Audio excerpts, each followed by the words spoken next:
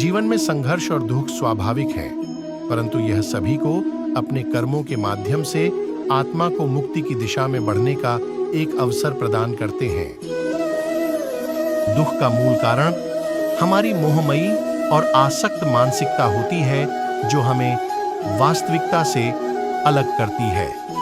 वह यह भी कहते हैं कि जीवन में दुखों का सामना करना तो स्वाभाविक है, परंतु हमें इन दुखों को स्वीकार करके समझना चाहिए और उनसे सीखना चाहिए।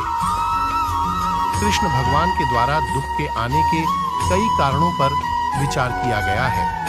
उन्होंने जीवन की अनित्यता, मोह और सांसारिक बंधनों को मनुष्य के दुख के मूल कारणों में शामिल किया।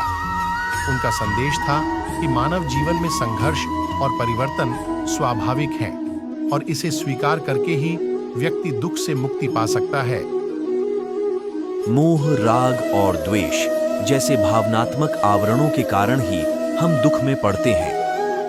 इन आवरणों से मुक्ति प्राप्त करने के लिए व्यक्ति को अपने कर्मों का सच्चे भाव से निर्वहन करना चाहिए। जीवन में संघर्ष और दुख होता है, लेकिन इसका सामना करना हमें और बलवान बनाता है। दुख जीवन का एक अभिन्न हिस्सा है और मनुष्य को इसे सहन करना चाहिए, भले ही यह कभी-कभी कठिन हो। उन्होंने आत्मा की अमरता और धर्म के पालन का महत्व बताया है, जो दुखों को परिहार कर सकता है। मानव जीवन में दुख का मुख्य कारण मोह, आसक्ति और अज्ञान है, और इससे मुक्ति के लिए सत्य ज्ञान का अर्जन करना आवश्यक है। मोह, अहंकार और आसक्ति के कारण मनुष्य दुख में पड़ता है। साथ ही जीवन के स्वाभाविक परिवर्तन और नाश की अपेक्षा करना भी एक तात्विक कारण है। सत्य और धर्म का पालन करके व्यक्ति दुख से मुक्ति प्राप्त कर सकता है। जन्म, मृत्यु, जरा, व्याधि आदि संसार में आने वाले दुखों का कारण होते हैं। साथ ही उन्होंने यह भी बताया कि इस संसार में सभी चीजें अनित्य हैं, इसलिए इन्हें आसक्ति के बिना अपनाना चाहिए। जीवन में दुख आना स्वाभाविक है और इसका कारण इंसान की इच्छाएं, मोह और आसक्ति हो सकती हैं। वह यह भी सिखाते हैं कि जीवन को सही दृष्टिकोण से देखने पर ही दुख को नियंत्रित किया जा सकता है। दुख का मूल कारण मोह और लगाव में होता है। वह व्यक्ति जीवन के प्रति आसक्ति छोड़कर निष्काम कर्म करे और ईश्वर में समर्पित रहे, तभी सुख का अनुभव हो सकता है। दुख भाग्यवान की शिक्षा से आता है और हमें इसे साहसपूर्वक स्वीकार करना चाहिए, क्योंकि यह हमें आत्मविकास और सत्य की दिशा में आगे बढ़ने का अवसर प्रदान करता है। जीवन में दुख उत्पन्न होता है क्योंकि हम आसक्ति में रहकर फल की चिंता करते हैं और फल की अपेक्षा करते हैं। उन्होंने योग के माध्यम से आत्मा को पहचानने का मार्ग दिखाया और आत्मा को फल के बिना कर्म में लगाने का सुझाव दिया। दुख का कारण बहुतायता, अहंकार और आसक्ति की अवस्था में है। मनुष्य को आसक्ति से मुक्त होकर निष्काम कर्म में लगना चाहिए, ताकि उसे आत्मा का साक्षात्कार हो सके और वह दुख से मुक्त हो सके। जीवन का सत्य सांसारिक बदलाव है और सभी चीजें अस्थायी हैं, इसलिए इनमें आसक्त रहना दुख पैदा करता है।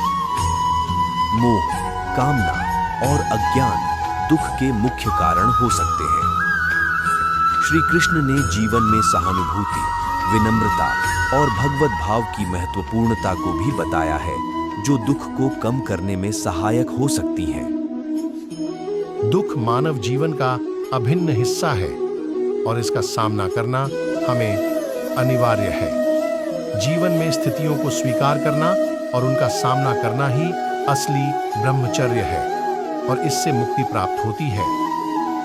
दुख आने के कई कारण उद्घाटित हैं, जैसे कर्म फल से मोह, आसक्ति और अज्ञान। कर्म करते रहना चाहिए, लेकिन फल की आसक्ति नहीं करनी चाहिए, ताकि दुख से मुक्ति हो सके।